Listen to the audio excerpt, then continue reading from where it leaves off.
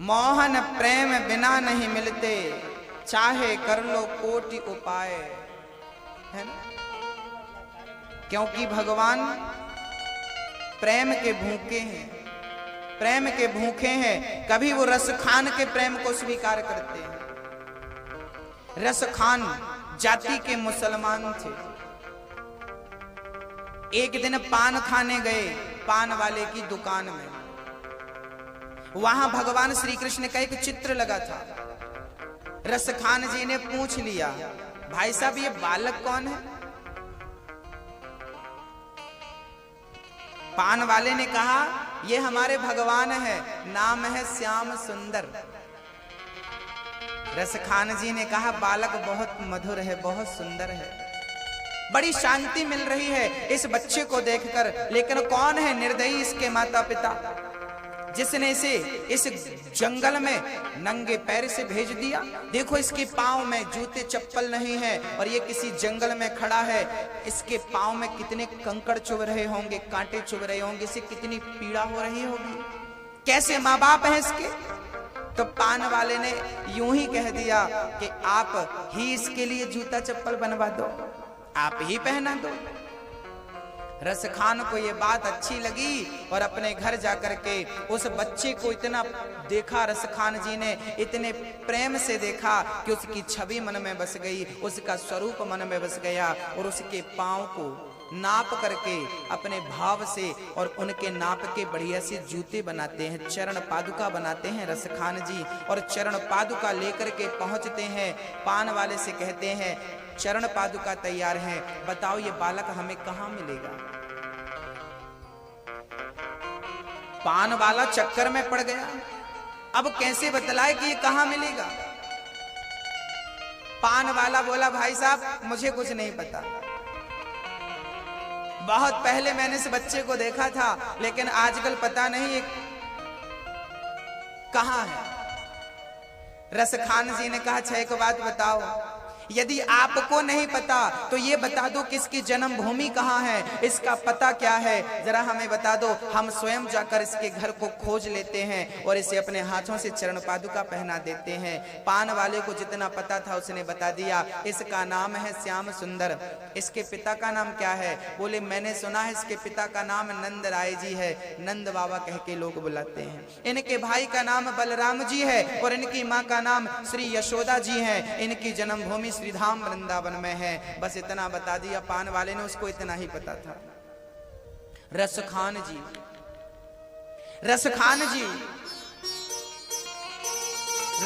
जी उस पता को प्राप्त करके और बस चलने लगे। हाथ में चरण पादुका थी, कृष्ण से मिलने की उत्कंठा थी, कृष्ण से मिलने के भाव थे।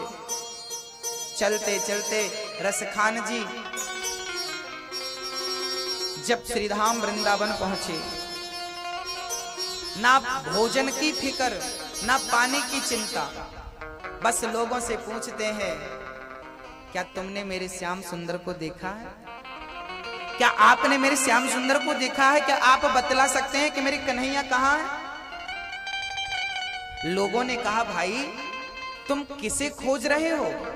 रस खान ने कहा, मैं श्याम को खोज रहा हूं, जिससे मिलना है उसका नाम श्याम सुंदर है। तो किसी ने कहा कि भाई श्याम सुंदर नाम के तो बहुत बच्चे हैं, तुम्हें किससे मिलना है? उसके माँ बाप का नाम बताओ। तब कह दिया, उनके पिता का नाम है नंद बाबा, माँ का नाम है यशोदा, वृंदावन में रहता है। हाँ, किसी जानकार ने समझ लिया कि इसे प्रेम का रोग लग चुका है। ये टेढ़ी टांग वाले ने इसे अपना बना लिया है, अब ये उससे मिलकर ही रहेगा। लोगों ने बता दिया, सीधा चले जाओ, आगे बिहारी जी का मंदिर है, बस वहीं ये मिलेंगे। रस खान जी हाथ में चरण पादुका लेकर के जब मंदिर में पहुंचे, इंतजार कर रहे, भीड़ अंदर जा रही थी। सबको अंदर जाता देख रस खान को लगा, हो सकता है आज मेरे यार के घर में कुछ फंक्शन है, कुछ उत्सव है, आज इसके घर में भीड़ लगी है, आज इसके घर में जरूर कोई उत्सव है, लेकिन मैं डिस्टर्ब नहीं करूंगा। ये भीड़ जब निकल जाएगी तब मैं आराम से अपने यार से मिलूंगा, अपने सखा से मिलूंगा। खड़े हैं बाहर रसखान जी, लेकिन भीड़ है कि कम होने का नाम नहीं लेती। बिहारी जी के मंदिर में भक्तों की भीड़ लगी, रसखान जी भी उस भीड़ के साथ जाने लगे। और जब वो अंदर गए तो वहां लोगों ने देखा कि ये तो जाति का मुसलमान है और जूते पहन के अंदर आ गया, तो लोगों ने पिटाई कर दी, इतना मारा, हालत बिगाड़ दी, रसखान को उठा के बाहर फेंक दिया।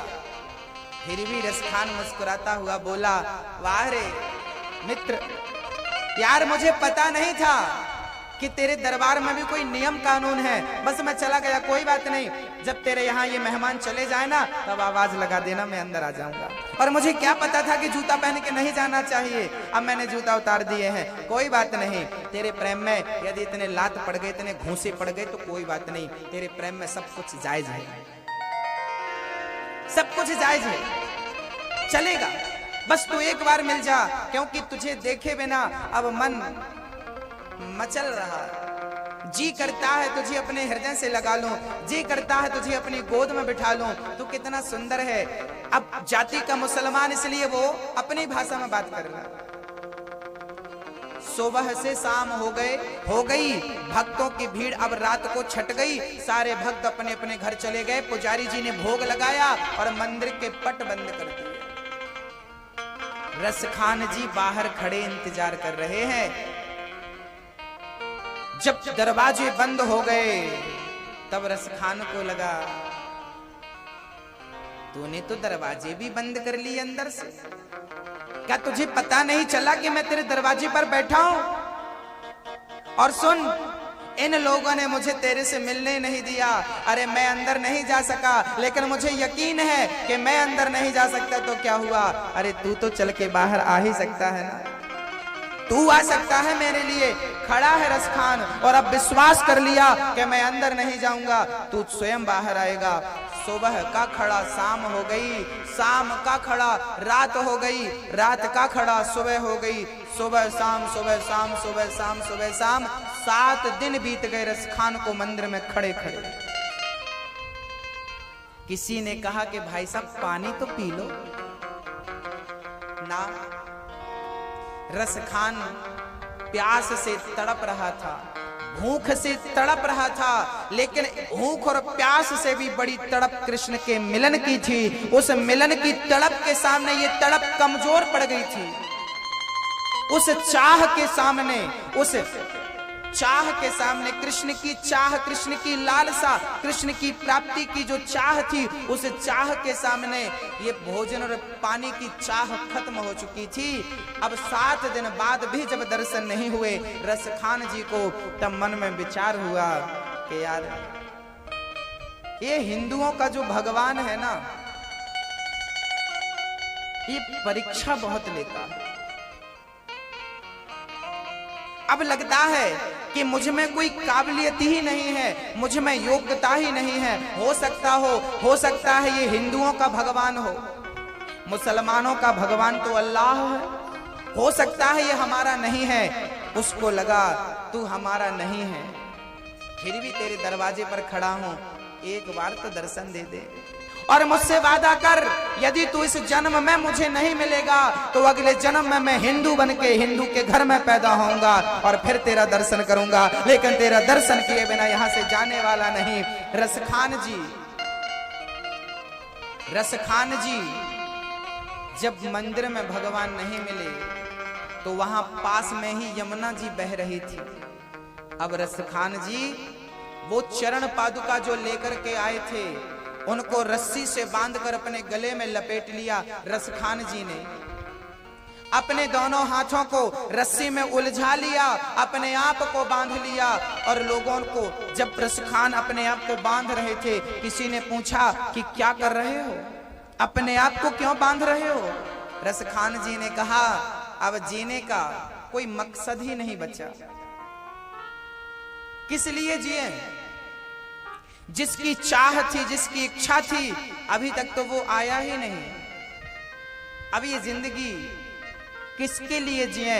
इस जीवन का कोई अर्थ नहीं बचा, कोई मकसद नहीं बचा, क्योंकि अब एक ही इच्छा है उसकी प्राप्ति, लेकिन वो नहीं मिला। अब जीकर क्या करेंगे? अब तो यमुना में डूब रहे हैं हम, यमुना में डूब के अपने प्राणों को त्याग देंगे। क्योंकि हमसे तैरना आता है, इसलिए हम अपने हाथों को बांध रहे हैं, अपने पांव को बांध रहे हैं, ताकि हम तैरने का प्रयास करें, बचने का प्रयास करें, तो भी हम बच ना सकें। इसलिए हम हाथ पांव बांध के यमुना में डूब रहे हैं। और जैसे वो हाथ पांव बांध के यमुना में जाकर डूबने लगे, जैसे ही वो गर्दन तक डूबे, वैसे ही चरम सीमा जब होती है ना, बस अंत, उसके आगे कुछ नहीं। जब गर्दन तक डूब गए रसखान जी, तब दौड़े दौड़े भगवान आए।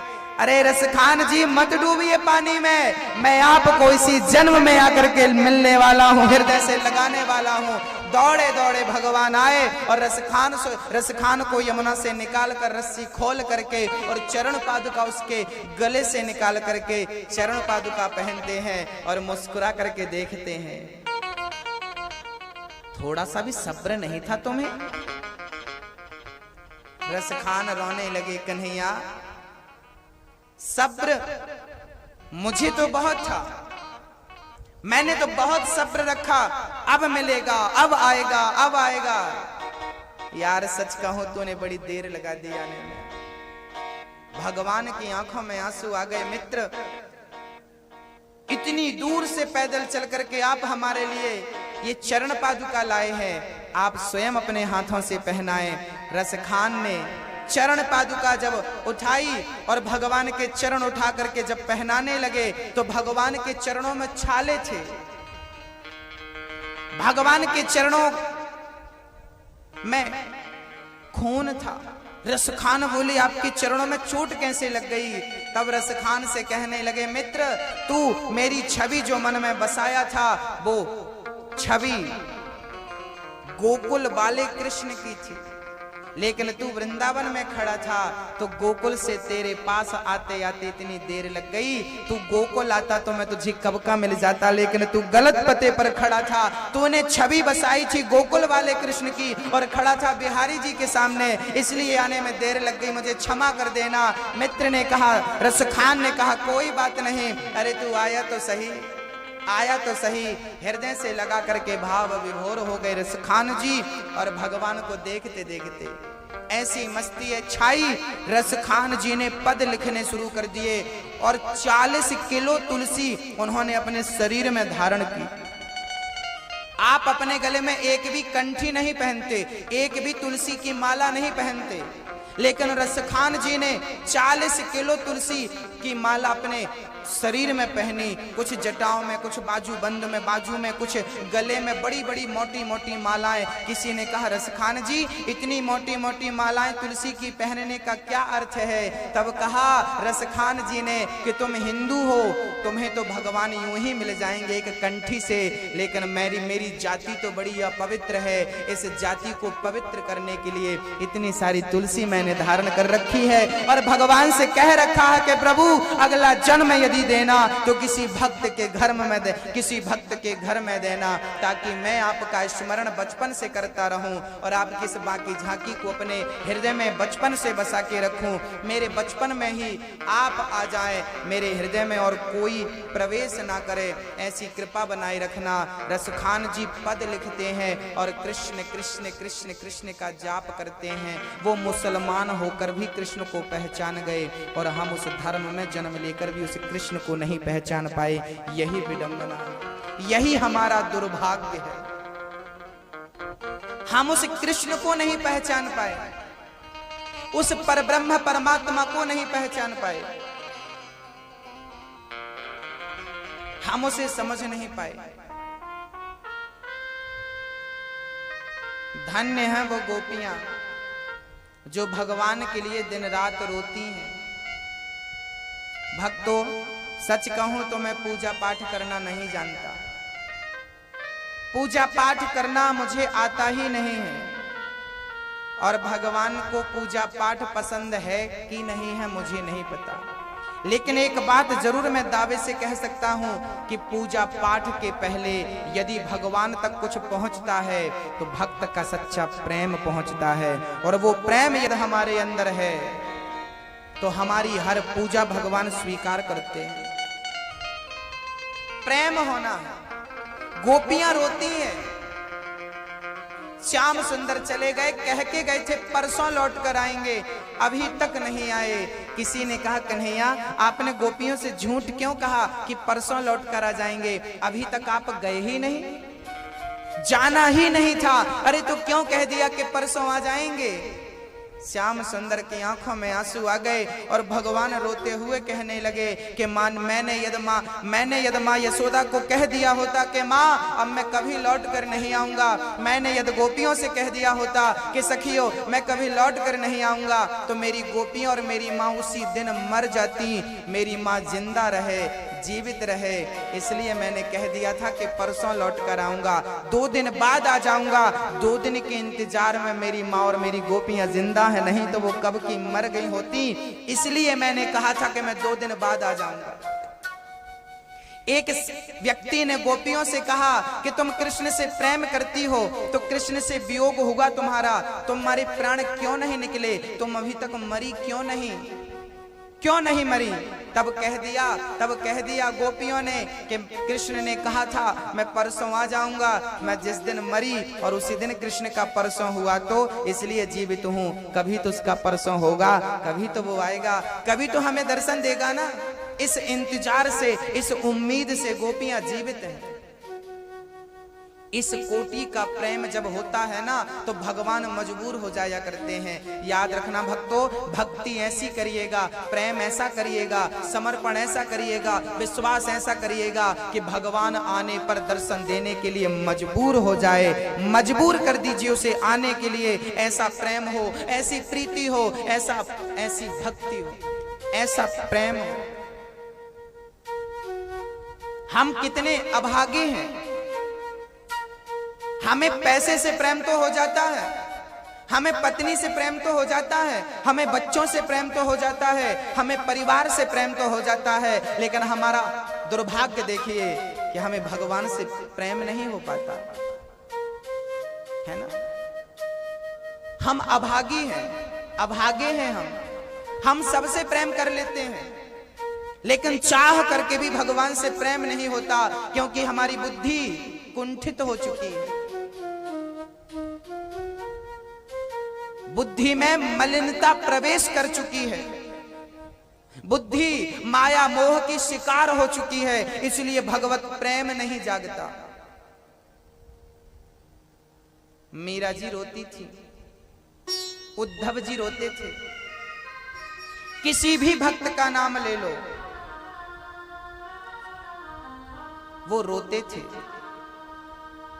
अपने भगवान को याद कर करके, अपने कृष्ण को याद कर करके रोते थे। एक भक्त तो कह रहे थे प्रभु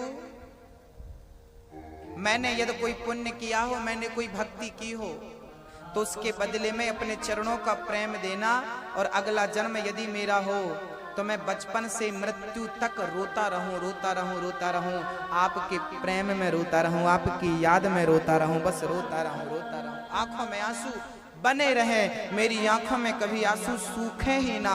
ऐसी कृपा करो कि मेरी आंखों में सदा सदा के लिए आंसू बने रहे।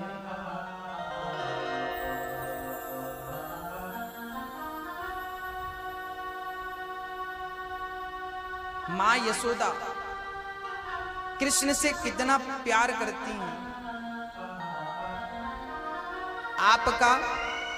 आपका एक बेटा है और एक बेटा और हो जाए, 2 बेटे हैं तो तीसरा हो जाए, 3 बेटे हैं तो चौथा हो जाए, तो आपको 4 बेटों से प्रेम होगा, बेटियां हो जाएं तो बेटियों से भी प्रेम होगा, बच्चे जितने होते जाएंगे सबसे प्रेम होता जाएगा। लेकिन विडंबना देखो, जिंदगी में, पूरी जिंदगी में जितना प्रेम बेटे से होता है उतना प्रेम कभी भगवान से नहीं हो पाता, नहीं हो पाता, इसलिए वो नहीं मिलता। यदि हो जाता तो मिलने में देर थोड़ी है, मिलने में देर नहीं लगाता। भगवान कहते हैं कि तुम आते ही नहीं हो, मैं कैसे आ जाऊं। क्या तुम्हें मेरी जरूरत है? एक मोची था, मोची जूता सिलता था, जूता सिलता जाता और बस रोता जाता, प्रभु कैसे जन्म में आप मुझे दर्शन नहीं दोगे? प्रभु कैसे जन्म में आपका दर्शन मैं नहीं कर पाऊंगा? बस जूता सिलता जाता, रोता जाता, प्रभु कब आओगे, कब दर्शन दोगे, कब जिंदगी सफल बनाओगे? हे प्रभु आ जाओ और अपने एक बार बाकी झांकी का दर्शन करा जाओ। रोता रहता। एक दिन वहां से नारद जी निकले, नारद जी के चरणों में गिर के मोची रोने लगा, महाराज क्या भगवान मुझे कभी दर्शन देंगे? एक बार जाकर भगवान से पूछ लो, क्या वो मुझे कभी दर्शन देंगे? नारद जी बोले धैर्य रखो, मैं जाकर पूछता हूं। नारद जी चल पड़े और भगवान नारायण से पूछा। रास्ते में एक महात्मा जी भी मिले, बोले आप जरा मेरी बात भी कह देना, क्या वो मुझे मिलेंगे? नारद जी चल पड़े, भगवान नारायण से कहा, प्रभु बताइए वो मोची को आप कब दर्शन दोगे, वो संत को आप कब दर्शन दोगे?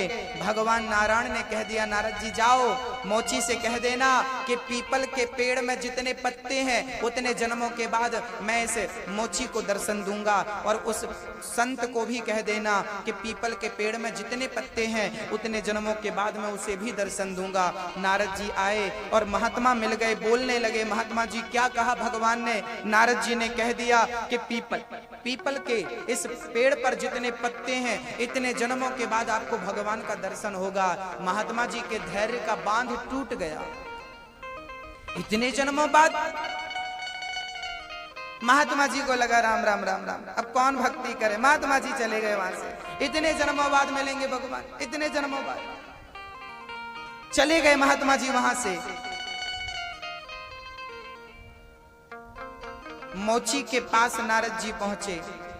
मोची चरणों में गिर पड़ा, महाराज क्या कहा भगवान ने, जरा कहें कृपा करके। नारद जी बोले मत सुनो, तुम भी महात्मा की तरह अपना धैर्य तोड़ दोगे।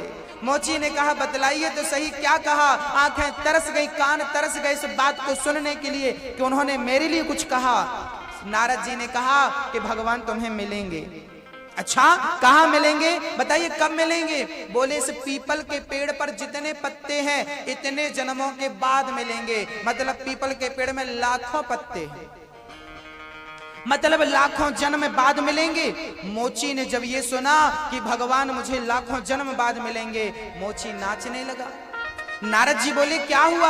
अरे नाचता क्यों है? मोची ने कहा अरे इतने जन्मों के बाद ही सही, कम से कम भगवान को याद तो है कि किसी भक्त को जाकर के दर्शन देना है। अरे इतने जन्म लगाएंगे, कोई बात नहीं, मैं इंतजार करूंगा। उसके दर्शन के लिए मुझे इतना इंतजार करना हो तो मैं उस इंतजार को करने के लिए तैयार हूं। ये है प्रेम। मोची पीपल पर चढ़ने लगा, उतरने लगा, चढ़ता उतरता चढ़ता उतरता नाचने लगा, राम जरूर मिलेंगे, राम जरूर मिलेंगे। पांव फिसला, ऊपर से वो पेड़ से नीचे गिरने लगा, और जैसे नीचे गिरा भगवान ने अपनी गोद में उस मोची को थाम लिया। नारद जी ने कहा प्रभु आपने तो कहा था कि इसे लाखों जन्म बाद मिलेंगे, आप तो इसी जन्म में अभी आ गए। भगवान ने कहा नारद जी इसके हृदय में मुझसे मिलने की इतनी तीव्र उत्कंठा हुई, इतनी तीव्र उत्कंठा हुई कि मेरा हृदय, मेरा मन रहा ना गया, और मुझे इसी जन्म में इसके प्रेम ने अपनी ओर खींच लिया और मैंने आकर के इसे दर्शन दिया। इसके प्रेम ने मुझे मजबूर कर दिया आने के लिए। मैं तो करोड़ों जन्म लगा देता, लेकिन इसके प्रेम ने मजबूर कर दिया। महात्मा जी ने कहा कितने जन्मों बाद मिलेंगे, कौन इंतजार करेगा? और मोची के हृदय में जब प्रेम उमड़ा तो भगवान इसी जन्म में आकर के दर्शन देते हैं। इसका अर्थ है कि भगवान का इंतजार यदि आपको है तो भगवान जरूर मिलेंगे, और इंतजार ही नहीं है तो आपके भी करोड़ों जन्म निकल जाएंगे, दर्शन नहीं मिलेंगे। यदि इंतजार है कि बस उसे ही देखना है, उसे ही पाना है, जैसे छोटा सा बच्चा मचलता है, हमें ये खिलौना दिला दो, और जब खिलौना के लिए रोता है ना, फिर बच्चे से कहो कि ये ले ले, वो कहता है नहीं। अच्छा ये वाला ले ले, नहीं। अच्छा ये वाला ले ले, नहीं। जब तक उसका वही खिलौना नहीं मिलता तब तक वो चुप नहीं होता। ऐसे भक्त को चाहिए कि जब तक परमात्मा ना मिल जाए तब तक अपनी आंखों को गीली रखे उसके प्रेम में, उसकी याद में।